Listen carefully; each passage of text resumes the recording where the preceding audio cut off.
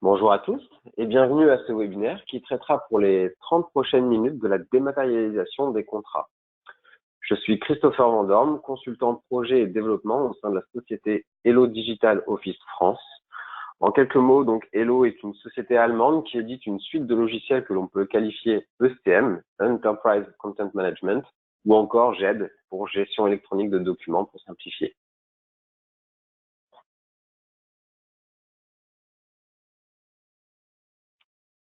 Le sommaire du jour est très simple, donc on va avoir deux parties. Une théorique où nous verrons 5 clés, astuces pour réussir un projet de dématérialisation de contrat. Et la seconde partie sera pratique, cette fois-ci, avec une illustration concrète de ces astuces au sein du logiciel Hello professionnel. La première clé, donc l'indexation du contrat. Petite précision lexicale avant d'aborder le premier point. Donc, l'indexation, ce que j'entends par là, c'est d'abord les informations, les données que l'on va associer au contrat. Par exemple, ça peut être un nom, ça peut être une durée, un statut, etc.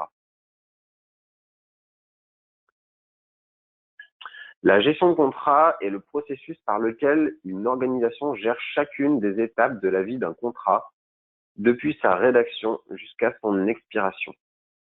Alors, lorsqu'on parle de dématérialisation de contrat, il ne faut pas seulement voir l'étape, je scanne mon document et je le range dans un dossier Windows. Il faut aller un peu plus loin, en fait. Ce qui est important ici, c'est de remarquer sur le schéma qu'un contrat n'est pas figé. Il a un cycle de vie et les informations qu'on va lui attacher vont pouvoir évoluer au fil du temps. En plus de cela, un contrat n'est pas seulement un document juridique, c'est pas uniquement ça, il peut englober aussi les étapes de rédaction, donc le versionning, ou encore des étapes de négociation avec peut-être des échanges de mails, de courriers, etc., qu'on a besoin de garder avec ce contrat. Donc, quelles sont les informations clés à associer à un contrat? C'est la première étape, il faut se poser cette question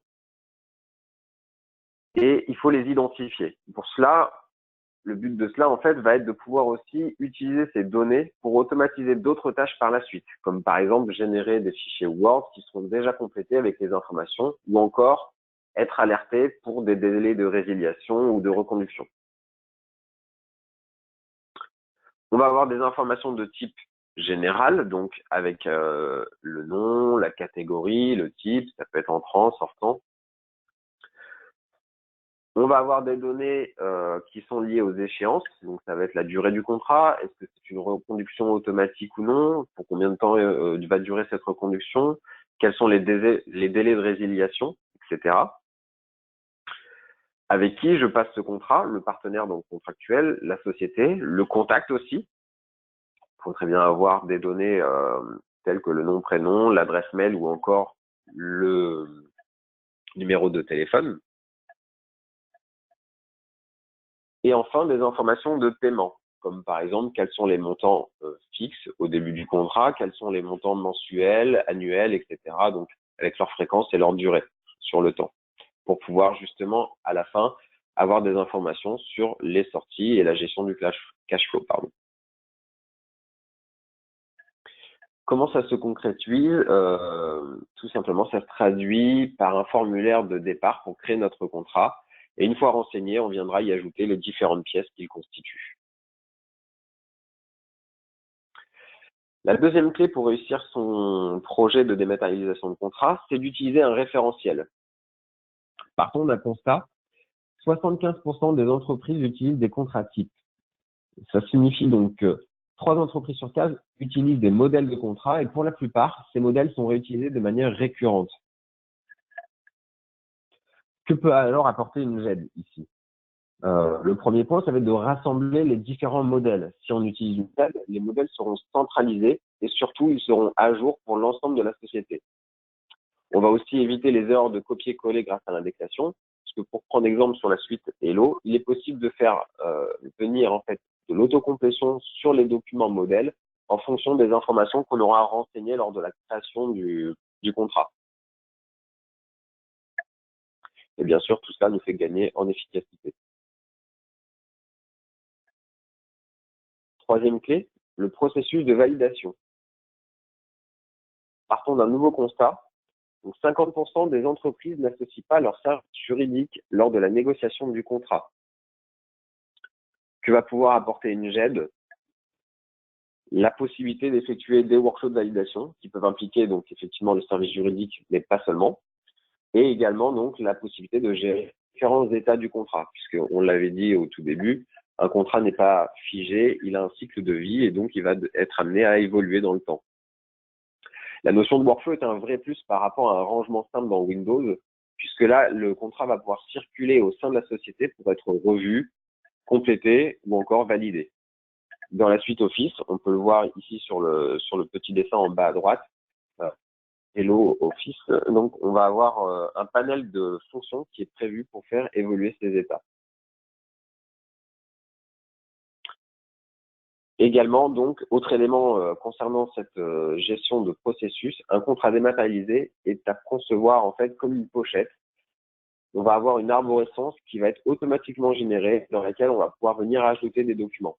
Ainsi, toutes les informations relatives au contrat pourront être conservées, rassemblées surtout. Et ce, peu importe leur origine, que ce soit du mail, du papier ou encore du fax. Le quatrième point, être alerté des échéances.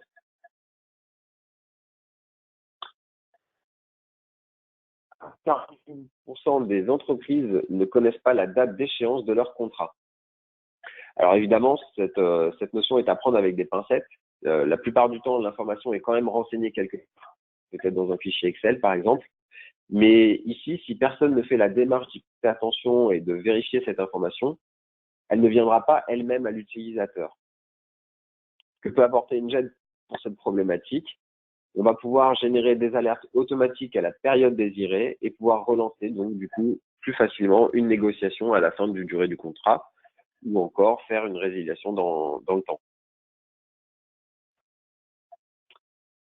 Donc, grâce aux informations d'indexation, il est possible de calculer automatiquement cette date de résiliation et d'alerter, alors soit dans l'outil, soit par mail, l'utilisateur pendant la période adéquate. J'ai mis ici en rouge les éléments qui ont été automatiquement calculés par le logiciel. La dernière rubrique notamment, au niveau du rappel, nous donne la date à laquelle le rappel aura lieu.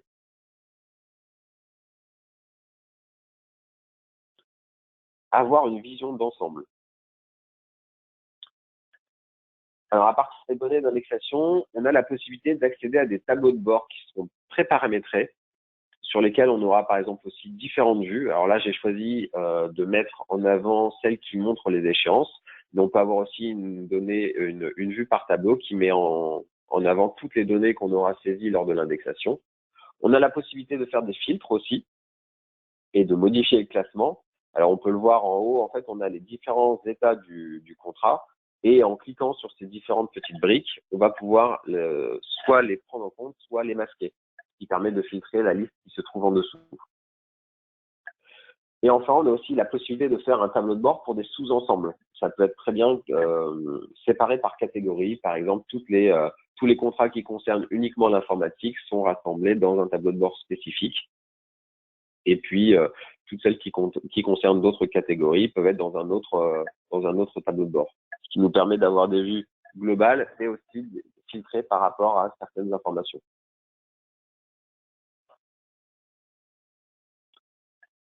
Autre chose aussi qu'il est possible de faire dans Hello, c'est de pouvoir générer des rapports synthétiques multi-contrats et d'avoir aussi une visualisation sur les flux de trésorerie.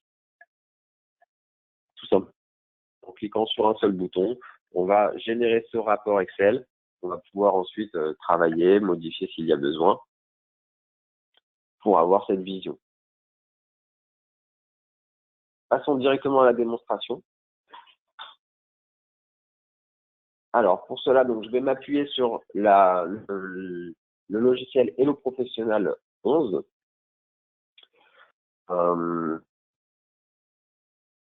Contrat. Je vous épargne en fait la plupart des écrans. On va vraiment se focaliser uniquement sur l'onglet d'action qui se trouve ici, donc l'onglet contrat. Alors moi, effectivement, j'ai plein d'autres onglets qui sont à ma disposition parce que là, je suis connecté en tant qu'administrateur. Et donc, j'ai un panel d'actions qui est disponible. Néanmoins, ce qu'il est juste important de savoir ici pour notre démonstration, c'est de retenir donc qu'on va utiliser les actions qui se trouvent ici et qu'on se servira principalement du module d'archives sur lequel on se trouve à l'heure actuelle et du module de tâches. Alors, les boutons ici sont regroupés par catégorie et on va les parcourir ensemble. On va commencer donc par la création du contrat, c'est le premier bouton. Et c'est ce qui va en fait traduire la première clé, la première astuce dont j'ai parlé, qui consiste à indexer notre contrat. Alors, on va tout simplement commencer à renseigner les champs. Donc, on peut voir ici que la désignation est obligatoire puisqu'il y a une petite astérix. Donc, je vais le renseigner en mettant un autre. D'autres informations sont déjà renseignées par défaut. On peut bien sûr les modifier s'il y a besoin, mais pour cet exemple-là, je peux les laisser par défaut. On peut venir gérer du multi-société s'il y a besoin par rapport à un référentiel. Donc là, je vais utiliser par exemple Contello. Les données du contrat, si j'ai une référence externe, par exemple, je peux venir ici la renseigner. D'autres éléments. Qu'est-ce qu'on va avoir d'intéressant aussi? La partie comptabilité, on peut déjà commencer à faire de la préimputation aussi, en précisant le centre de coût et en le précisant avec l'objet. On peut venir également associer notre contrat à un projet. Si on a un référentiel projet, hop, par exemple, voilà, j'ai un identifiant projet et un nom projet qui va être associé à mon contrat. Je bascule sur le deuxième onglet. Donc là, on va parler des échéances.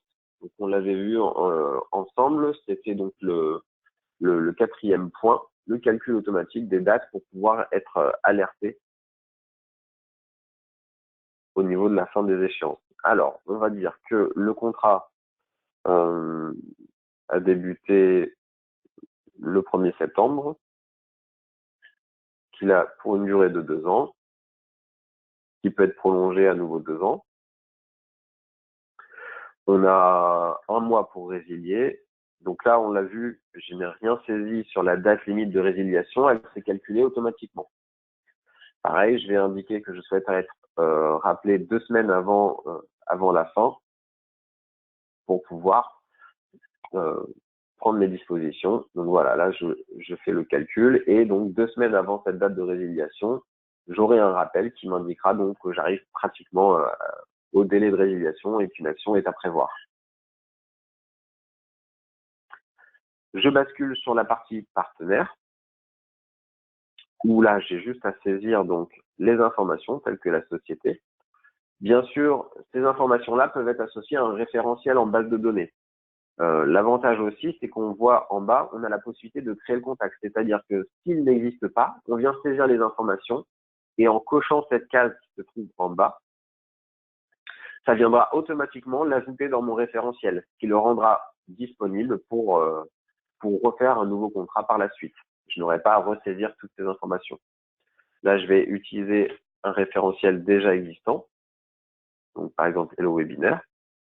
Et en ayant sélectionné cette information-là, c'est venu me renseigner donc le code société, les informations qui concernent l'adresse. Il ne me reste plus qu'à préciser le nom de mon contact, l'appareil. Je peux avoir un référentiel attaché ou non. Par exemple, on peut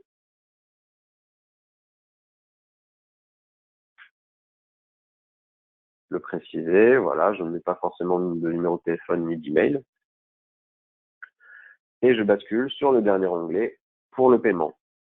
Donc là, on va pouvoir déjà aussi commencer à préparer tout ce qui va être information pour le paiement, ce qui nous permettra, lorsqu'on générera des rapports sur le cash flow, de pouvoir avoir une vision sur les montants à payer chaque mois.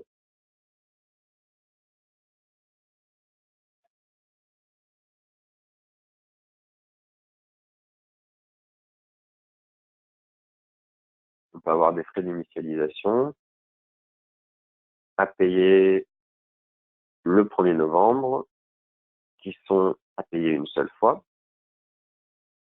pour un montant de 1000 euros. Voilà, la somme totale se met à jour en dessous et puis ensuite on va avoir un système d'abonnement à payer à partir du 1er novembre aussi. Très bien. Cette fois-ci qui sera donc mensuel et pour un paiement de 200 euros. Voilà. Et donc là, automatiquement, il a repris aussi les échéances qu'on avait pu renseigner, à savoir qu'on était sur une durée de 2 ans, et dans ces cas-là, faire le calcul automatique des sommes à payer. Je valide en appuyant sur créer.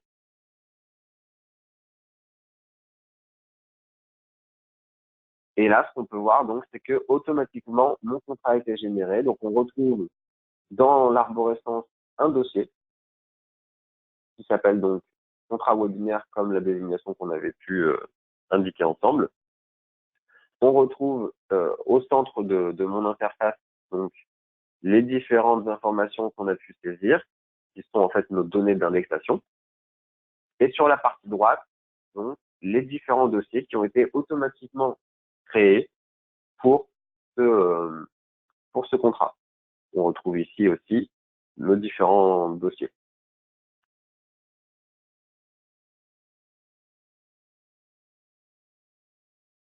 On constate que le statut est actuellement en cours de rédaction. Donc, c'est le statut qui est par défaut et on va pouvoir le faire évoluer. Donc là, c'est toute la partie workflow qu'on va essayer de mettre en avant pour pouvoir justement faire évoluer ce statut jusqu'à arriver à une finalisation de notre contrat. Donc, pour ça, je vais utiliser le bouton qui se trouve dans l'interface, initier la validation. Je vais devoir saisir donc des consignes de travail et également de mettre des étapes de vérification. Donc la première chose, c'est de rajouter le commentaire. Je vais dire merci de rajouter les échanges mails et de générer le contrat. Voilà, par exemple. Je vais envoyer ça donc au management et également à un autre utilisateur. Alors, ici, c'est Bouvier. Je valide.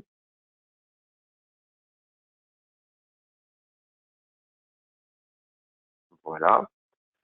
Automatiquement, on observe aussi deux éléments. Le premier, c'est que donc la couleur de mon contrat a été modifiée et passée en orange, et également le statut a été changé en cours de validation. Bien sûr, ça n'a pas fait que ça. On voit aussi maintenant dans le module de tâches que j'ai un petit 1 à côté, qui signifie que j'ai une tâche en attente. Pourquoi? Parce que là, effectivement, si on se souvient, dans les deux éléments des étapes de validation, on avait un premier envoi à une équipe de management et un deuxième envoi qui était plus spécifique à un utilisateur particulier qui était Christophe Bouvier. Il faut savoir donc que en tant qu'administrateur, je suis inclus dans le groupe de management. C'est pourquoi donc la première étape de validation est arrivée directement en fait sur mon compte. Donc là, en tant qu'administrateur, je peux voir donc effectivement que j'ai une tâche qui est arrivée aujourd'hui, qui a été envoyée à un groupe. Donc pour l'instant, elle est envoyée au groupe complet, donc je n'ai pas d'accès en écriture. Il faut que je m'approprie la tâche pour pouvoir la traiter. Donc c'est ce que je vais faire. J'accepte cette tâche et là je vais pouvoir interagir avec les informations et également aussi pouvoir ajouter du contenu dans les différents dossiers. Donc là, si je reprends le commentaire initial, c'était de rajouter les échanges mails et de générer le contrat. Alors là, en tant qu'administrateur, je vais dans un premier temps ajouter les échanges mails et je laisserai Christophe Bouvier générer le contrat, par exemple. Donc pour cela, je vais prendre mon mail et je vais le basculer dans la partie email. Alors, par défaut, il est mis en tant que email. Je peux le mettre en tant que document contractuel sans mettre d'informations. Voilà qui est fait. Et donc, si je regarde maintenant dans mon dossier email, je retrouve bien mon email. Et si je rebascule dans ma partie archive, on voit donc maintenant cette fois-ci que le dossier email n'est plus grisé, il contient un élément, il contient en fait mon email. Autre fait intéressant ici, c'est que l'email, vous avez pu le voir quand je l'ai basculé dans ma GED, je n'ai pas mis d'informations, je l'ai juste qualifié en tant que document contractuel. Par héritage, il a tout simplement récupéré les informations du contrat dans lequel on l'a placé. Ce qui fait qu'il a automatiquement été complété par les informations du contrat. Je reviens sur ma tâche. Donc là, en tant que personne du groupe management, j'ai effectué la tâche qu'on m'avait demandé. J'approuve. Alors, il faut que j'en rajoute un commentaire. Donc, échange de mail ajouté.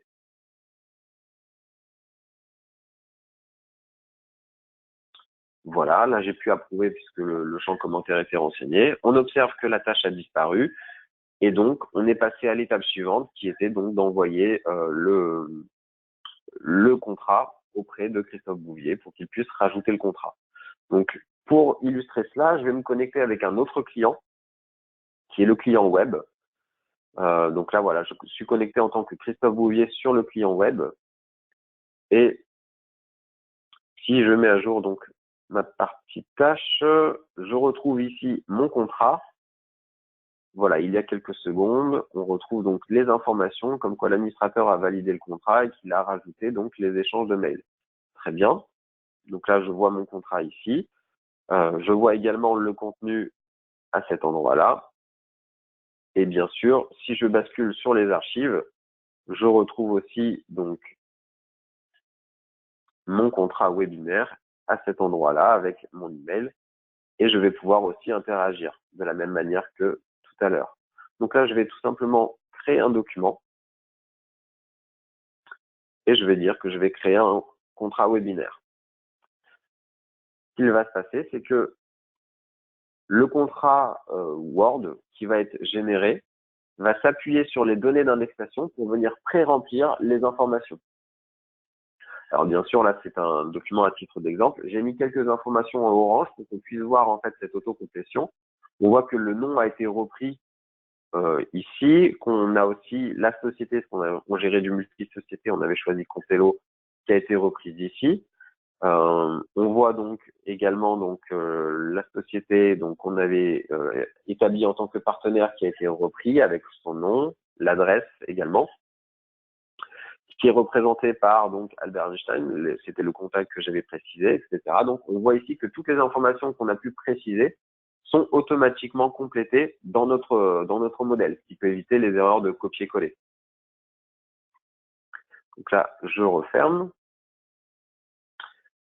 Et donc, comme j'ai effectué ma tâche, je reviens donc sur la partie tâche pour indiquer donc que j'ai fait ma part du travail. Contrat ajouté. S'il y avait besoin d'ajouter des étapes de vérification, ici, je pourrais encore ajouter d'autres étapes, ce qui permet d'avoir aussi une certaine souplesse au niveau de la validation. Mais là, pour l'exemple, on a terminé. Donc, je vais tout simplement approuver. La tâche a disparu de mon onglet tâches. Et donc, si je reviens en tant qu'administrateur, je vais avoir à nouveau une tâche ici qui m'indique donc que le contrat a été ajouté. Je vois bien donc le contrat qui est ici, l'échange de mail qui a été ajouté. Je peux donc confirmer de mon côté que c'est OK, ce que je vais faire. La tâche a disparu. Donc là, le workflow que j'avais entrepris est terminé pour moi. Je vais donc sélectionner mon contrat et indiquer qu'il est finalisé en indiquant par exemple la date du jour, pas forcément supplémentaire, je valide. Voilà. Donc là, il a basculé en finalisé. On observe également ici que le contrat est passé de la couleur orange à la couleur verte et que le statut a été automatiquement changé en finalisé. Autre action qu'il est possible de faire aussi quand on a des éléments à récupérer ou des éléments à scanner, on va être en mesure de pouvoir créer des pages de garde en un seul clic. Voilà, comme par exemple celle que je viens de générer à l'instant avec, pourquoi pas, un data matrix et les informations importantes qui se réfèrent à notre contrat. Je vais avoir également la possibilité de générer des étiquettes qui seraient autocollantes et qu'on pourrait venir mettre sur des pochettes ou sur des documents, comme celle-ci par exemple, avec également le data matrix et les informations sur le numéro de contrat.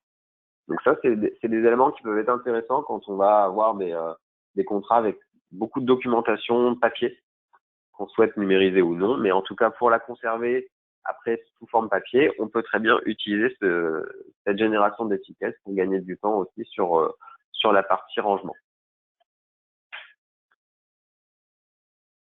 Une fois donc qu'on a effectué tout cela, donc j'ai repris déjà pas mal des clés qui étaient intéressantes pour réussir notre projet de dématérialisation. Il nous reste encore à avoir toute cette partie vue d'ensemble. Et pour ça, donc, ça passe par les tableaux de bord. Alors, on va dans un premier temps s'appuyer sur le tableau de bord dynamique. Voilà, donc c'est un tableau de bord qui est généré par la solution. Je vous l'avais montré sur le PowerPoint, où là, on va avoir donc une vue qui est soit par tableau, où on a toutes les informations qui sont indiquées ici, ou alors une vue par échéance, ce qui nous permet aussi, par rapport à la date du jour, voilà, de savoir que, par exemple, pour ce contrat leasing Renault, en novembre, on aura des actions effectuées, puisqu'on on aura le délai de résiliation qui approche, avant que ce délai de résiliation soit expiré, c'est-à-dire le 15 décembre. Donc là, on a tout de suite une vue très synthétique de toutes les actions à faire prochainement et de ce qui va être le plus urgent à traiter. On peut, comme je l'avais indiqué, cocher ou décocher certains états, qui nous permet d'avoir une vue sur uniquement des étapes particuliers. Et après, on aurait aussi, si on avait plusieurs tableaux de bord, la possibilité ici d'en sélectionner d'autres. Là, j'en ai qu'un seul de disponible, donc je n'ai pas d'autres choix. Voilà un petit peu pour ce tableau de bord. Et enfin, pour terminer la démonstration, je vais revenir donc dans ma partie archive et là, on va pouvoir faire de la sélection de multi-contrats. Donc, je vais revenir un peu plus loin au niveau de la racine qui contient en fait tous mes contrats, ou alors peut-être uniquement tous mes contrats standards. Donc là, en faisant cela, je vais uniquement filtrer sur tout ce qui est contenu dans contrat standard. Si je prends un peu plus haut, je prendrai toutes les typologies de contrats. Là, je vais m'intéresser uniquement sur la partie contrat standard pour pouvoir générer mon rapport de flux de trésorerie. Donc, j'ai sélectionné le multi-contrat que je souhaitais faire, sur lequel je voulais agir, et j'ai cliqué donc sur le bouton, ce qui m'a généré automatiquement un récapitulatif de tous les contrats concernés, avec toutes les échéances qui ont été indiquées dans la partie paiement. Et sur le premier onglet, j'ai un rapport sur le cash flow à prévoir sur les prochains mois et au niveau des montants à prévoir également, avec le total qui est ici.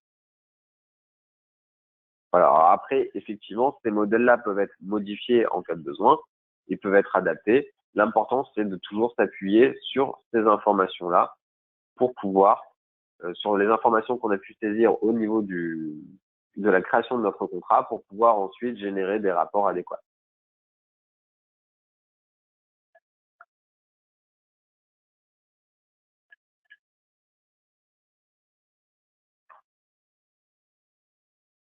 Pour conclure, donc au niveau des prochains webinaires qui sont à prévoir, on a la gestion documentaire avec la suite ECM Hello et l'exploitation de l'information avec Hello Analytics qui aura lieu le mardi 15 novembre de 10h à 10h30.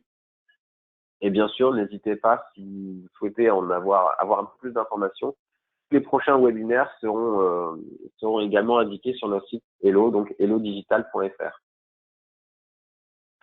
Merci pour votre attention, et puis si vous avez des questions, je vais regarder donc dans la partie chat. N'hésitez pas à les poser. Je vais attendre quelques minutes et pouvoir ensuite répondre à vos questions si vous en avez. Merci encore. Au revoir à tous.